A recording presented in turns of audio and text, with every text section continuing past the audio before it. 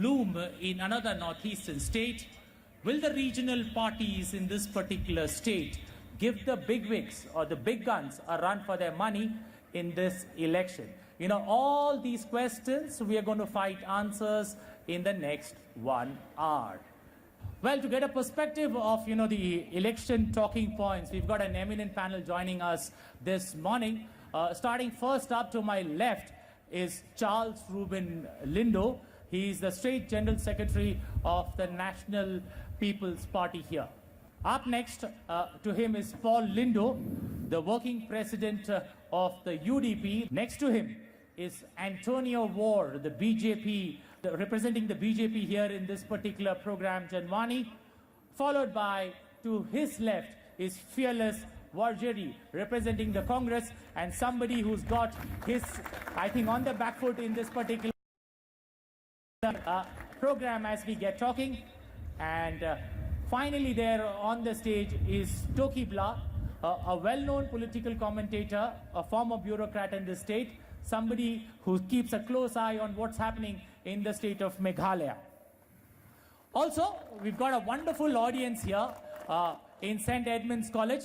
I would ask all of you to please give a big round of applause as we are in Edmund's College, where we try and find answers to all the questions that you have, that you ask your representatives here. Get a definite answer before you go back home, and maybe convince your parents, and maybe the first-time voters who go out to vote will try and get those answers in this program. Well, I leave the floor open to you. This is your best shot at convincing them. I start with my extreme left. We'll start with Charles Reuben Lindo. He's the first speaker from the NPP who's going to try and convince the people on why they should vote for his party, followed by the other three. I represent the National People's Party here in Meghalaya, and as a party, we are fighting these elections to win, not to take the second place. And to prepare this electoral battle, we have had to look very hard at the governance of this state for the last many years. We go to this electoral battle because we want to re-image the political landscape of our state.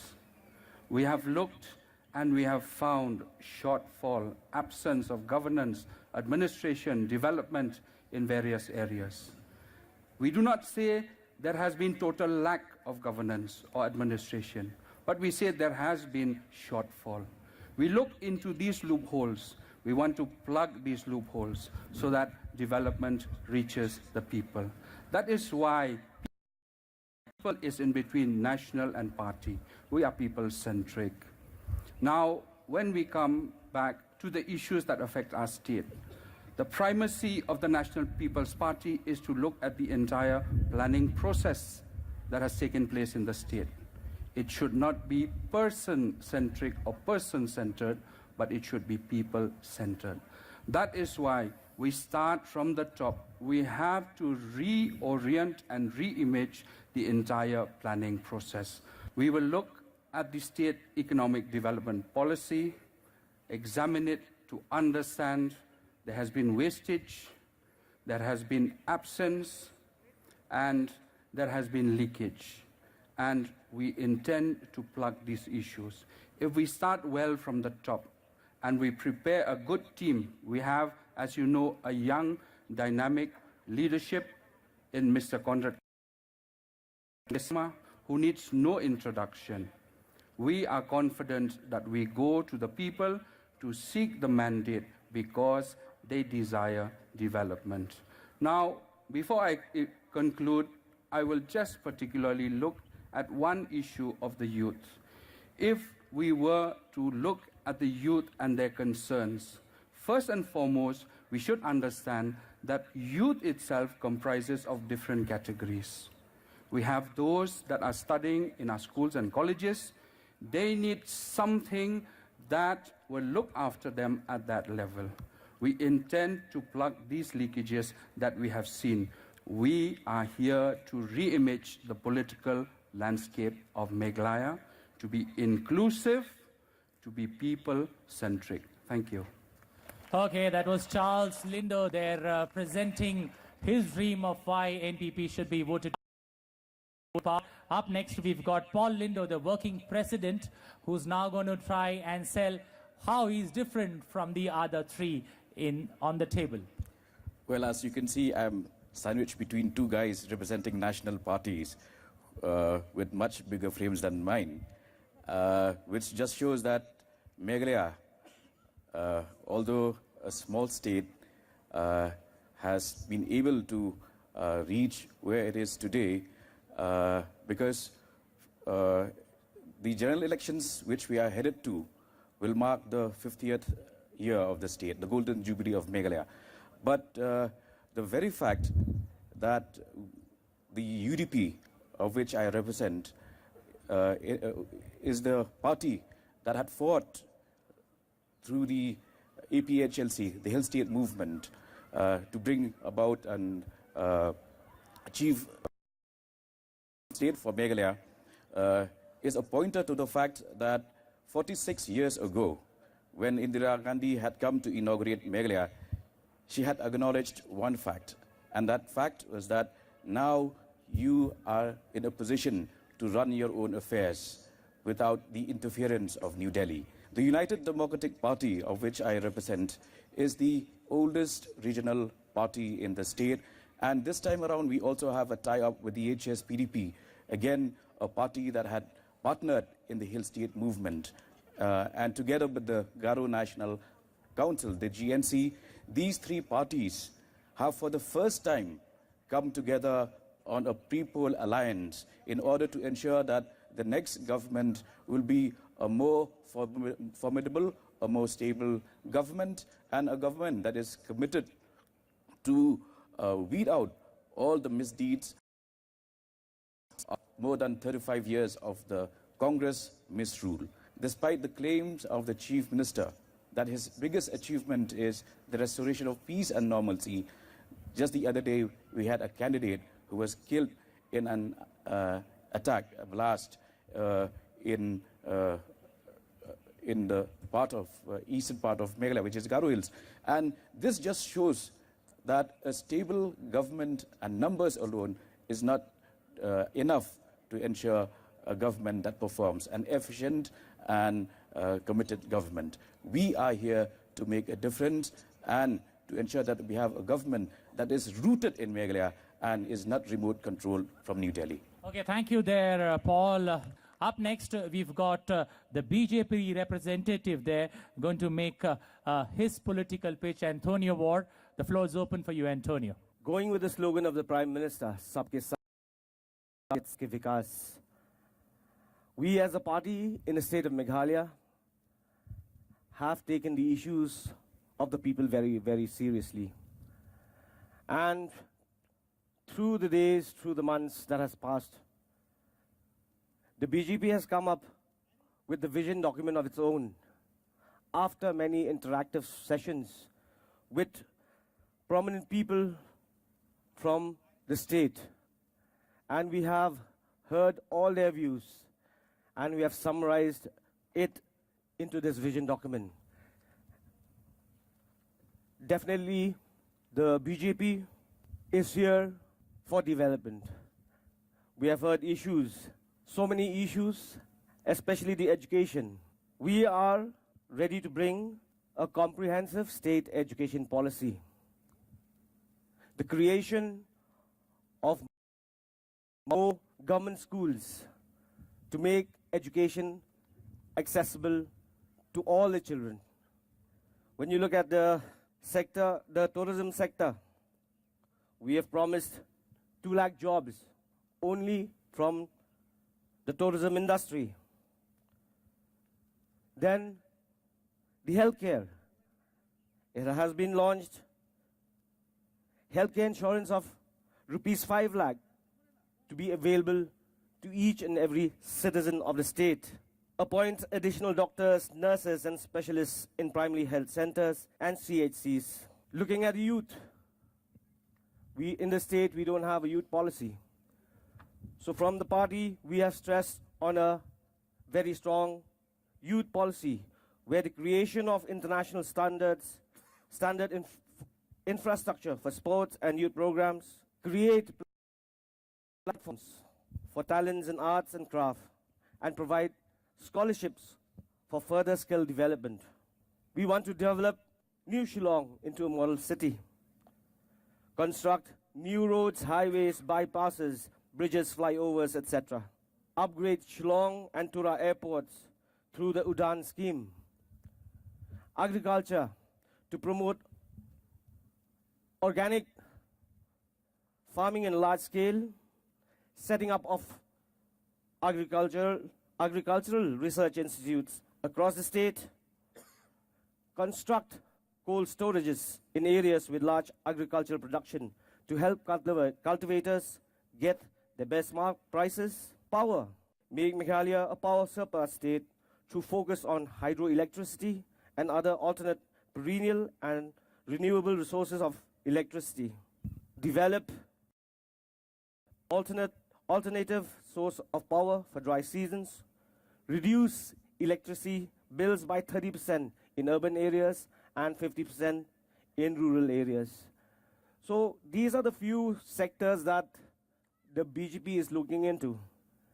And definitely, like our slogan in all our election campaigns, it is time for change for the state of Meghalaya, because 19 states all over India have accepted the BJP.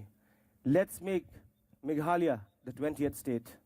Let BJP bloom in the 20th state is what you're promising, and let's hope that people buy that particular dream that you're selling. When finally up on the stage, we've got Fearless representing the Congress, and Fearless, get going and be as fearless as you can as you sell your dream.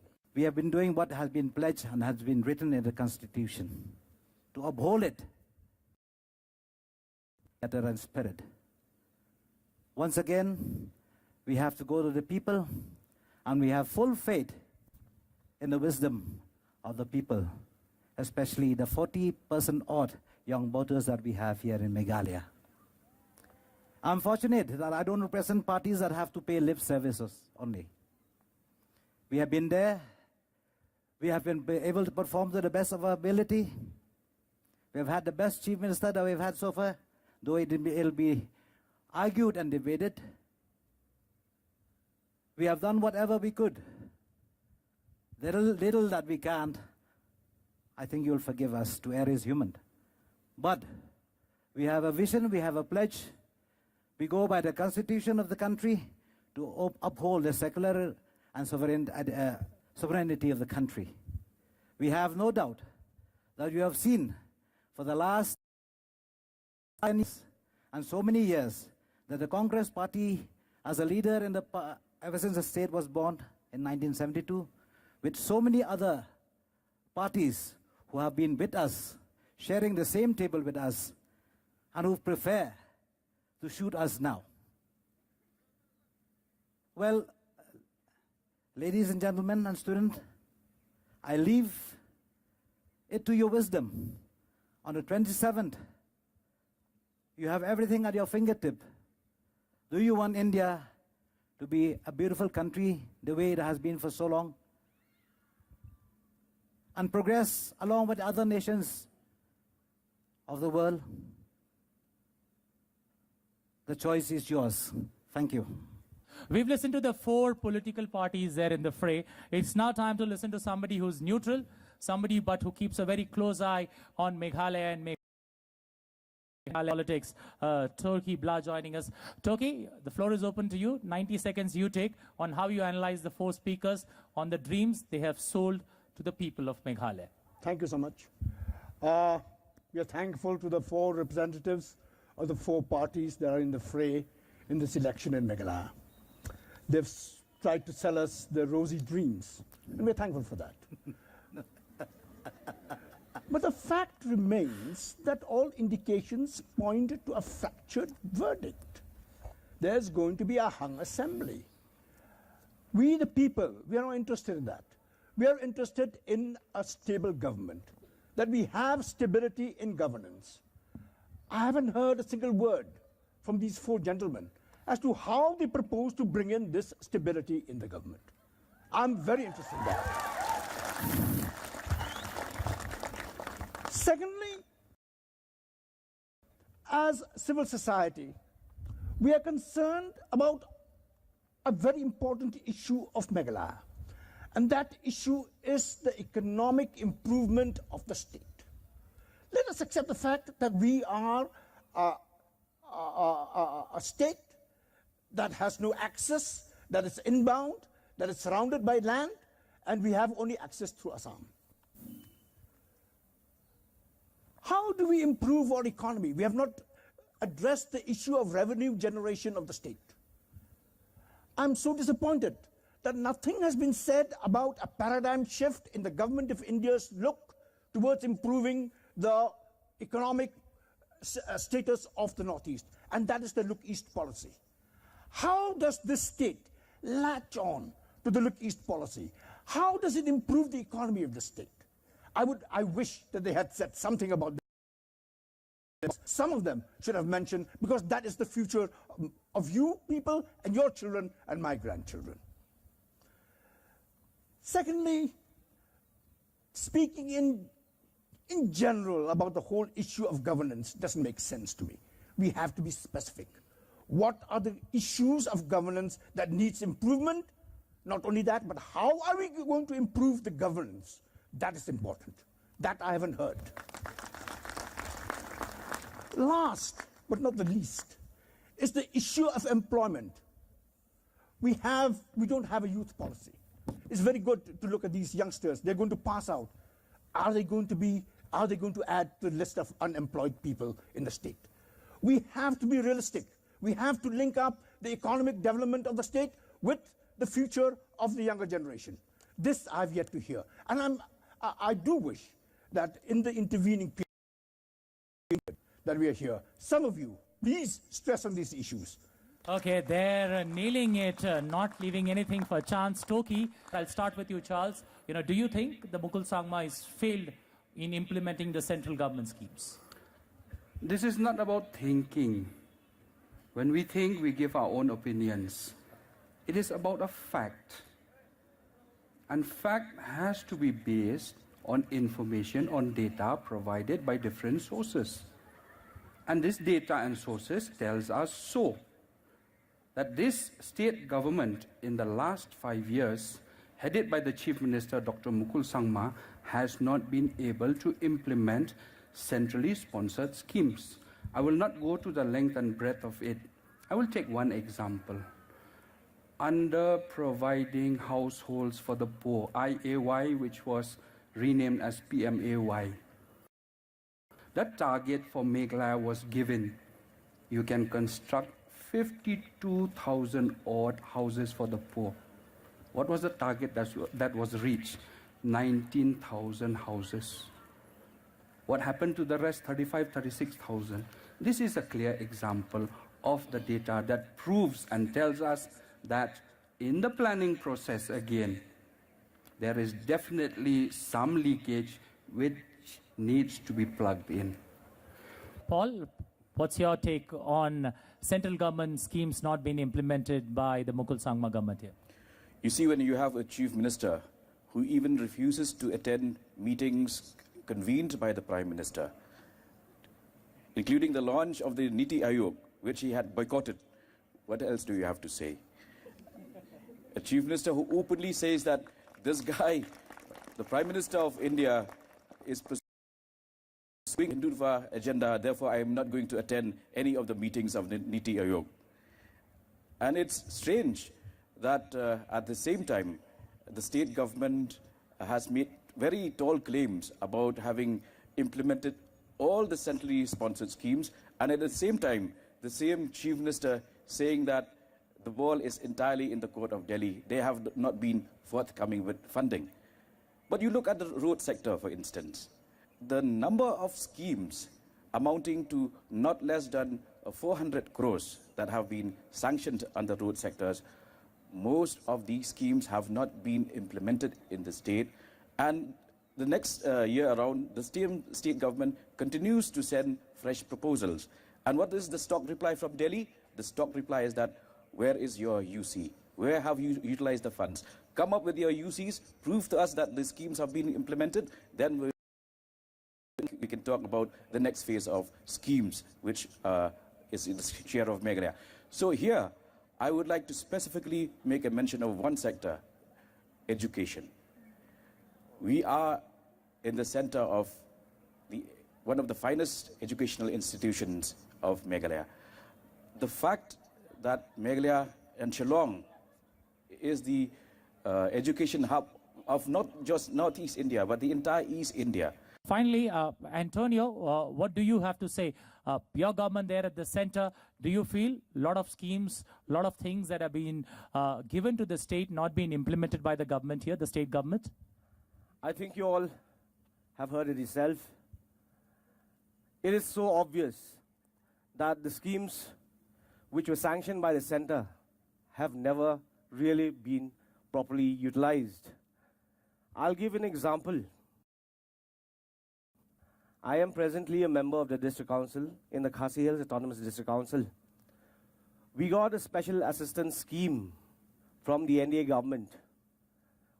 1,000 crores was sanctioned to 10 district councils in the northeast. The share of the Khasi Hills Autonomous District Council was 133 crores. And the state government has no issue in holding this money back. But they literally held it back for 1 year. Then they released the fund after 1 year, which forced the central government to not sanction another 500 crores for the next financial year because we couldn't utilize the 1,000 crores. And the state government has nothing to do with the 133 crores. So he's stopping development himself. And the government under Mukul Sangma. And you see, 1 month prior the elections, before the election date is announced, a festival of foundation stones was conducted in the state of Meghalaya. A festival of laying of foundation stones, which automatically we have seen so many foundation stones which have turned to be tombstones. It's not that the Congress has done nothing. It's peace, the maintenance of law and order. And don't forget another aspect, which Ba Toki has reminded me and all of us. Stability in governance. Have we had? A little of statistics. You know, I'm not a statistician. I'm a politician, I'm a common man like you and, you know, like everybody. 23 years out, 45 years has seen 17 coalition government. Whose fault is it? Yours and mine. These government, on the average, lasted for 16 months instead of 5 years. These are the things that, you know, that have hindered the process of governance. You have 5 years. It's a long time in a man's life. But 5 years of, you know, all sorts of hindrances and stumbling blocks. You have, you know, buns and strikes being called at the drop of a hat. And now, of course, they preach so eloquently. We are concerned about the way the country is going through. The vitiated atmosphere that prevails in the country. Like I said earlier, you will please forgive our shortcomings. We are learning by the day. The awareness amongst the young people is growing, is skyrocketing at the speed of, I won't say light, but it is. If we don't perform, we perish. Do you want the great Indian National Congress to perish and to leave the country and the state in the hands of people who want to divide the country for the sake of political power? Forgive me, I will not go into statistics. Exercise your wisdom, my dear young friends. Okay, Fearless, they're throwing numbers for us. You know, I'll get back to with numbers for Fearless. But before that, time for us to slip into a small break here on the National Broadcaster. We'll be back with Janmani on the other side. Stay tuned.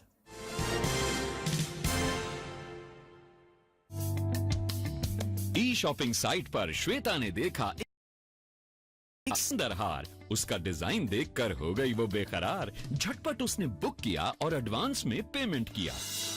लेकिन ये क्या, ये नहीं था वो हार जिससे श्वेता को हुआ था प्यार। शॉपिंग साइट के इस व्यवहार से श्वेता तो हुई हैरान परेशान। आप भी शॉपिंग साइट से खरीदारी करते समय रहें सावधान। जानें उनके नियमों को, टर्म्स एंड कंडीशंस का रखें ध्यान। जागो ग्राहक जागो। खुशी मनाओ घर में अब तो पिंडिया है आई, बायोस्कोप के संदूकों से नए रंग है लाई। बचपन में उसकी हंसी में सुर सारे खुल जाए, बड़ी जो होवे तो प्रगति के सारे द्वार खुल जाए। तू करे जो कल्पना जेबों में चांद भर लाए, बेटी जो पढ़ जाए दुनिया को रोशन कर जाए, बेटी जो पढ़ जाए दुनिया को रोशन कर जाए। हाँ, सानिया से साइना दुनिया में नाम कर जाए, घर की बेटी भारत माँ की आन बान बन जाए। राजनीति हो या गृहस्थी सब में अव्वल आए, बेटी जो बेटियों के पंखों को खुलने दीजिए, उन्हें उड़ने दीजिए। बेटी बचाओ बेटी पढ़ाओ, महिला एवं बाल विकास मंत्रालय द्वारा जनहित में जारी।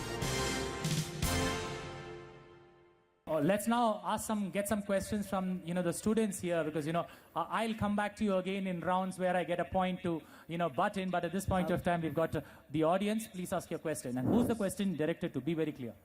Yes, sir. I was continuing my as you say that 5 lakh rupees we are getting for our health policies, but I went to the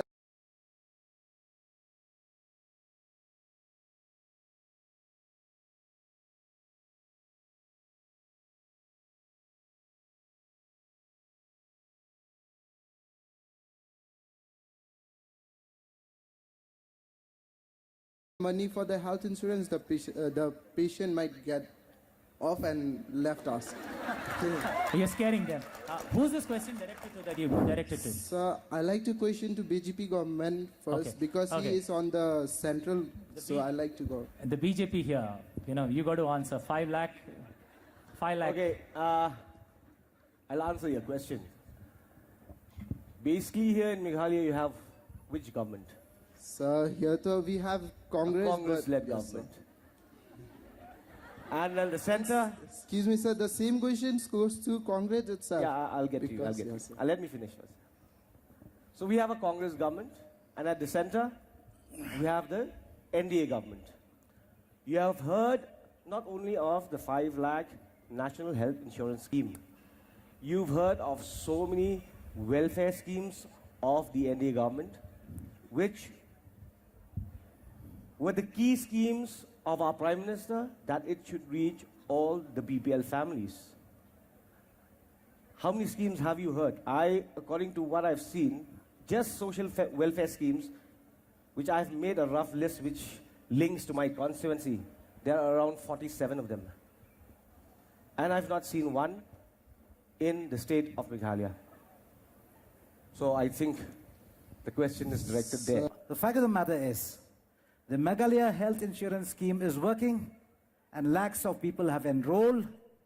This is not the first year. Lakhs have enrolled.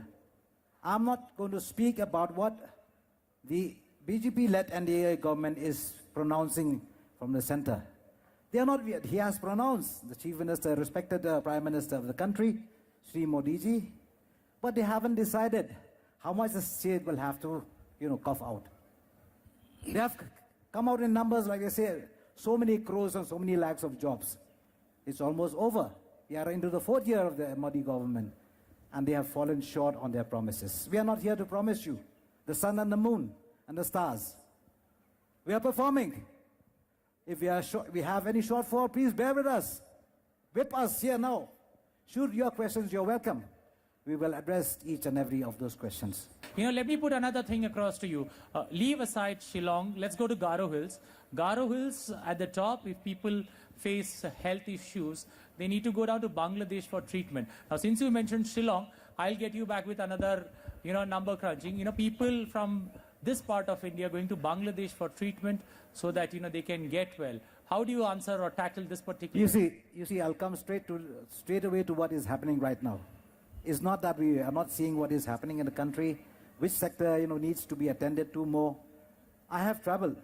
In Garo Hills, it is really bad.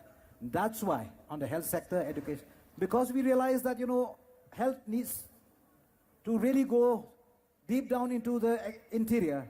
We are now not just, laying foundation stone for the heck of it. We are going to set up medical colleges in Garo Hills and in Shillong. We are serious about it. If you look at each sector, we may fall short statistically, but not the intent. The intent is very clear. We want to address all sectors where, the economy we have been talking about can take care of the need. Now you see, when you go out from here, this is one of the most premier institutions. My 4 sons are there. I know. I'm in Shillong. I was born and brought up here. But the point is, we need to do much more. Okay, you need to do much more. Will the 3 political parties like to counter that? So he says we need to do much more. Paul, you want to go first? How do you counter that? Yeah, I was looking forward to that. Now, Fearless has made a very tall claim that they have been able to give us a stable government in the past 5 years. There are 2 definitions of stable. Stable as an adjective and stable as a noun. It's not a debate, this is talking facts. Unfortunately, what has happened to this stable government is that a lot of the horses have also bolted out of this stable in the last 3 years.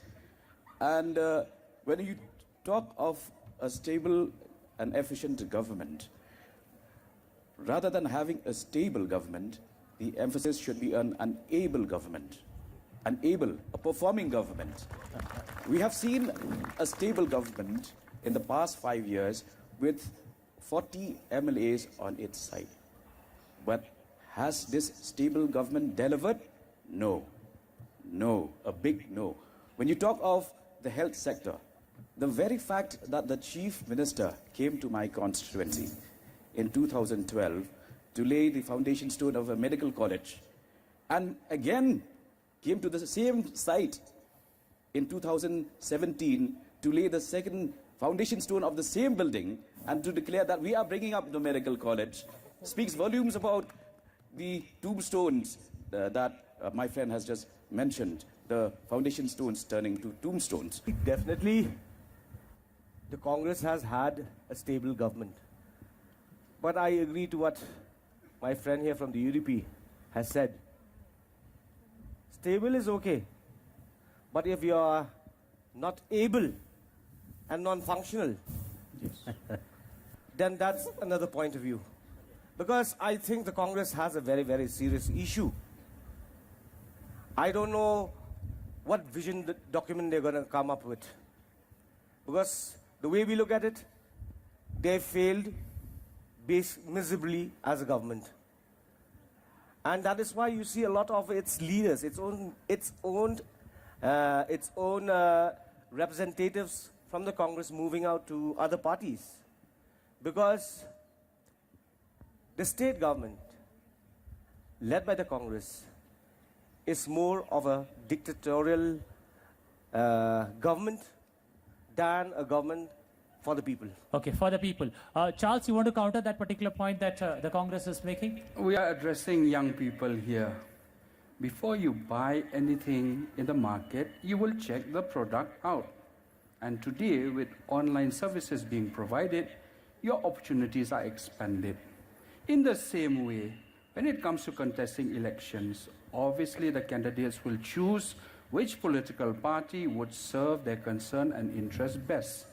I will not go into using words such as stable and talking about animals, but that is what it is. Okay. One Before- more, That is one more one. chance. 1 minute. That is the first part. 1 minute. Okay, Fearless, counter that. You see, we have been talking about policy, we've been preaching more than, advocating seriously anything. What is stopping an elected representative in the Meghalaya Legislative Assembly to come out with his own bill? What is stopping a cabinet minister? We are following a very, very well laid down democratic, government. The procedure and process, the mechanism is always there. It's already there in the cabinet. I don't want to name the person who's vaulted this table, of course. Couldn't he have addressed issues, if there were any, of public importance inside the cabinet. There are other reasons which we don't want to go into. Okay. There are other reasons why Okay. they bolted the stable. Okay, Charles, I'll give you, You see, a chance. that's why, we have, the stake is so high. The stake is so high that you have people being killed. What is the stake? Not for the cause of the people. The young ones, they know about it. The young ones knows about it. So now we are not about winning brownie points, Starts to mudslinging. We don't want to do that. We have a lot of mud to throw, but we are not interested. We are interested in seeing that we perform better. And we ensure the life not only of these students who are here in this Shillong, but also the students who have come from the far-flung places, the villages.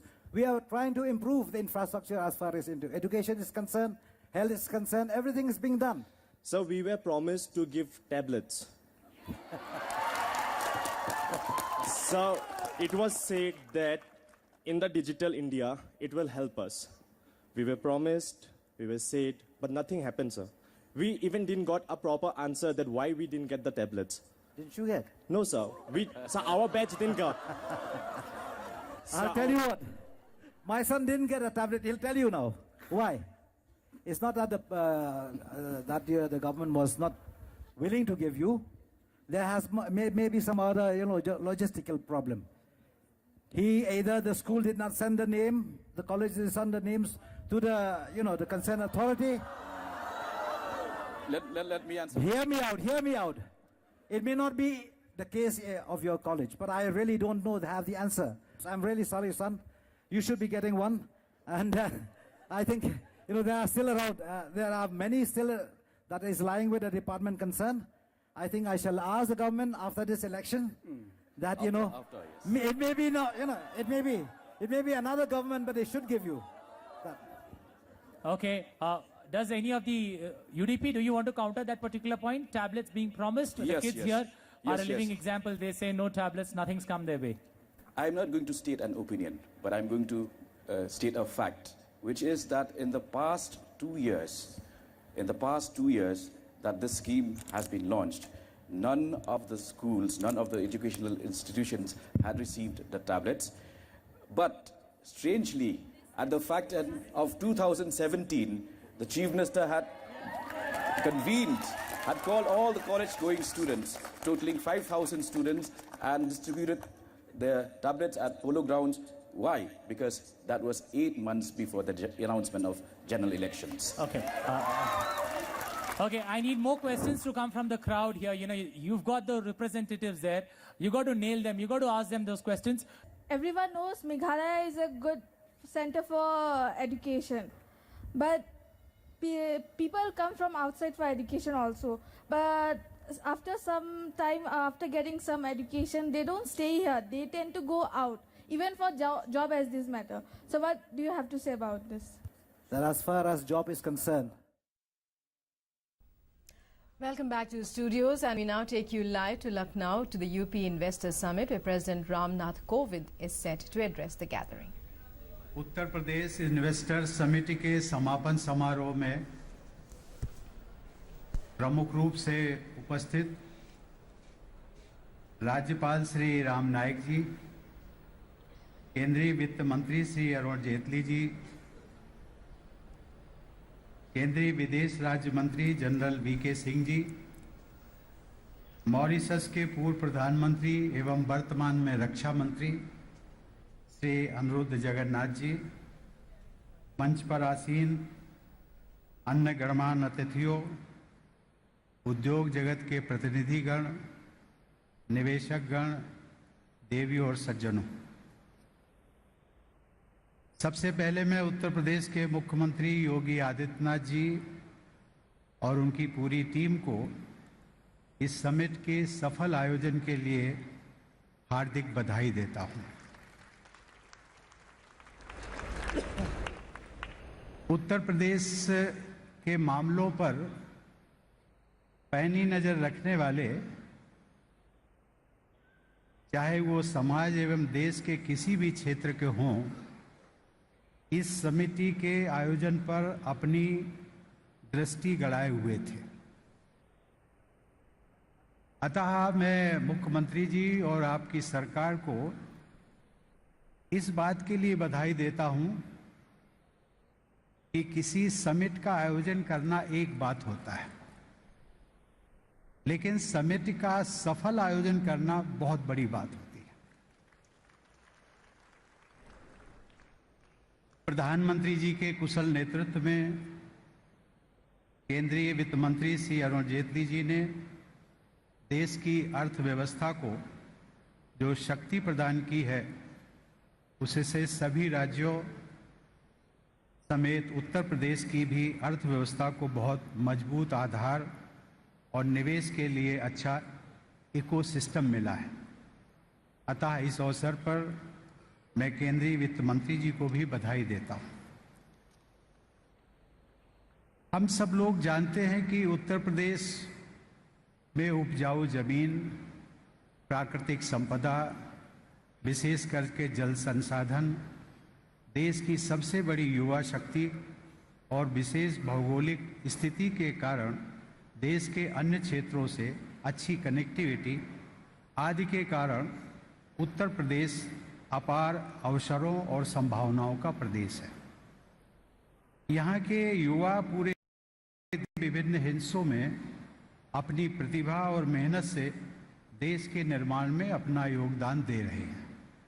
यह राज्य हमारे देश की संस्कृति और राजनीति का एक महत्वपूर्ण केंद्र रहा है। देश के 9 प्रधानमंत्री यहीं से चुनकर के संसद में गए और जिन्होंने लगातार वर्षों तक देश को नेतृत्व देते रहे। संयोग से मेरा जन्म और व्यक्तित्व निर्माण भी उत्तर प्रदेश की पावन धरती पर ही हुआ है। इस चेतना और प्रतिभा का आर्थिक विकास के लिए प्रभावी उपयोग करने का लक्ष्य हम सबके सामने है। इस राज्य की आर्थिक क्षमताओं का समुचित उपयोग करने की जरूरत है। उत्तर प्रदेश के विकास से ही भारत के विकास को पूर्णता मिलेगी। यह समिति उत्तर प्रदेश के विकास की दिशा में एक महत्वपूर्ण कदम है। Ladies and gentlemen, the recent period has been one of enormous economic changes for India, of soaring aspirations and achievements. The introduction of the GST has been a milestone. It has broken down barriers between states. It has provided a boost to the creation of a common market and a more formal economy. Filing of taxes under GST has been made progressively smoother. The switch from cash to digital payments has been notable and has created new opportunities. The simplification of procedures for taxpayers, business persons, and investors has led to India making significant advances in ease of doing business. The opening of more and more sectors to greater private and global investment has also drawn appreciation. As a consequence of this, there has been a sharp rise in FDI in the past 3 years from $36 billion in 2013-14 to $60 billion in 2016 and 17. Our reform process seeks to make such economic changes meaningful to all segments of our society and to all regions of our country. Programs such as Mudra, Startup India, and Stand Up India are promoting grassroots enterprise and small business and helping integrate these with the larger economy. In parallel, the Union government has transferred a larger share of tax revenues as well as economic and policy responsibilities to the states. Increasingly, the economic future of India is being written by states and the state governments such as that of Uttar Pradesh. This is a state teeming with talented young people. It comprises one of the largest workforces as well as consumer markets, not only in India, but anywhere in the world. It is home to some of India's finest institutions of higher education, such as IIT Kanpur, the IIM right here in Lucknow, Banaras Hindu University, Allahabad University, and so many others. This talent pool and this energy gives Uttar Pradesh the base to become an economic powerhouse. They make it an irresistible destination for investments. देवियों और सज्जनों, जैसा कि हम सब जानते हैं, केंद्र सरकार की पहल पर वित्त आयोग द्वारा राज्यों को मिलने वाली धनराशि बढ़ा दी गई है और साथ ही राज्यों की जिम्मेदारियां भी बढ़ गई हैं। मुझे प्रसन्नता है कि इस बदलाव में केंद्र और राज्य सरकारों ने परस्पर सहयोग किया है। उत्तर प्रदेश जैसे बड़े राज्य की इन परिवर्तनों में महत्वपूर्ण भूमिका रहती है। यह प्रसन्नता की बात है कि उत्तर प्रदेश सरकार के विशेष प्रयासों के फलस्वरूप अब देश और विदेश के निवेशक अधिक उत्साह के साथ राज्य में निवेश करने के लिए आगे आ रहे हैं। जैसा कि बताया गया है, एशियाई देश में जापान और थाईलैंड, यूरोप से नीदरलैंड, फिनलैंड, चेक गणराज्य तथा स्लोवाकिया और अफ्रीका में मॉरिशस ने इस समिट के लिए उत्तर प्रदेश के साथ भागीदारी की है तथा निवेश के लिए विशेष उत्साह दिखाया है। मॉरिशस के रक्षा मंत्री जी भी यहाँ उपस्थित हैं। उन्हें धन्यवाद देने के साथ साथ मैं अपने सभी देशवासियों की ओर से ये उनको आश्वासन भी देता हूँ कि मॉरिशस का उत्तर प्रदेश के साथ भागीदारी का निर्णय उनके देश के लिए भी लाभदायक सिद्ध होगा। भारत का और उत्तर प्रदेश का मॉरिशस के साथ बहुत ही खास रिश्ता है। मुझे खुशी है कि मैं मॉरिशस की आज़ादी की 50वीं वर्षगांठ जो अगले महीने 12 मार्च को संपन्न होने जा रही है, उसमें मैं मॉरिशस में रहूँगा और अपने उत्तर प्रदेश के जो वहाँ पर ओरिजिनल उत्तर प्रदेश जिनको कि गिरमिटिया के नाम से ज़्यादा जानते हैं, उन सबसे भी मुलाकात करने का मौका मिलेगा। यह बहुत प्रसन्नता की बात है कि इस समिट से जुड़े रोड शोज के दौरान ही पूंजी निवेश के लिए बहुत उत्साहजनक आश्वासन मिल रहे थे। उन रोड शोज के दौरान और अलग से भी देश के सबसे बड़े औद्योगिक समूहों ने उत्तर प्रदेश में निवेश करने की योजनाएं साझा की हैं। मुझे बताया गया है कि अब तक निवेश की संभावित राशि लगभग 4,28,000 करोड़ तक पहुंच गई है। निवेशकों ने उत्तर प्रदेश में पूंजी लगाने के लिए जो उत्साह दिखाया है, उसके काफ़ी स्पष्ट कारण हैं। देश की सबसे बड़ी श्रम शक्ति और उपभोक्ताओं की संख्या वाले इस प्रदेश में देश की सबसे बड़ी राज्य अर्थव्यवस्था बनने की पूरी क्षमता है। ईज ऑफ डूइंग बिजनेस तथा औद्योगिक सुरक्षा के बारे में राज्य सरकार ने दृढ़ संकल्प का परिचय दिया है। निवेश मित्र नाम के सिंगल विंडो पोर्टल द्वारा उद्यम को शुरू करना आसान हो गया है। इसके लिए मैं राज्य सरकार की सराहना करता हूं। केंद्र सरकार के सुझावों के अनुरूप बिजनेस रिफॉर्म एक्शन प्लान 2017 को कार्य रूप देने के लिए भी राज्य सरकार ने पहल की है। औद्योगिक निवेश और रोजगार में बढ़ोतरी के लिए नई नीति लागू की गई है। इन सभी बदलावों से निवेशकों का विश्वास बढ़ा है।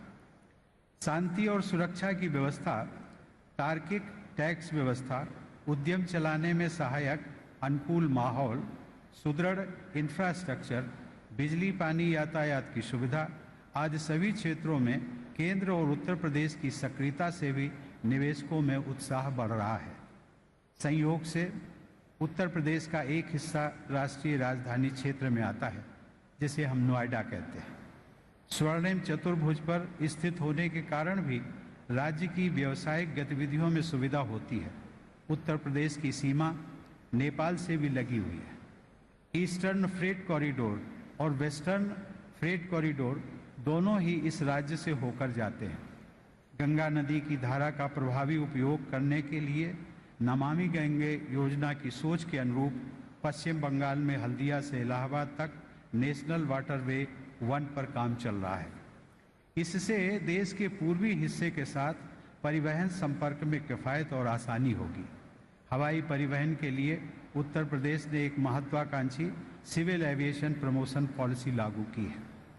पूरे देश का आम नागरिक अर्थात उड़ान योजना के तहत प्रथम चरण में प्रदेश के 5 नगरों में हवाई यात्रा की सुविधा शुरू की जा रही है, लेकिन योजना के दूसरे चरण में 42 नए जिले हवाई यात्रा की सुविधा से जुड़ जाएंगे।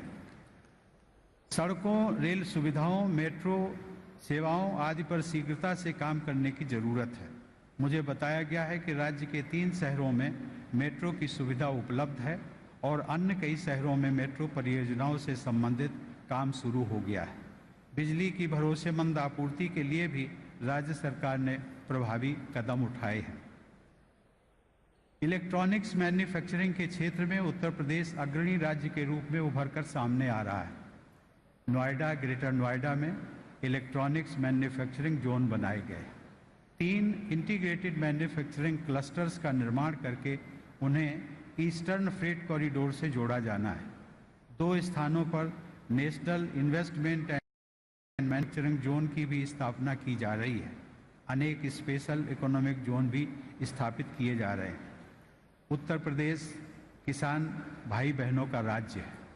यहाँ के किसानों में आधुनिक तरीके से खेती करने के लिए काफ़ी उत्साह है।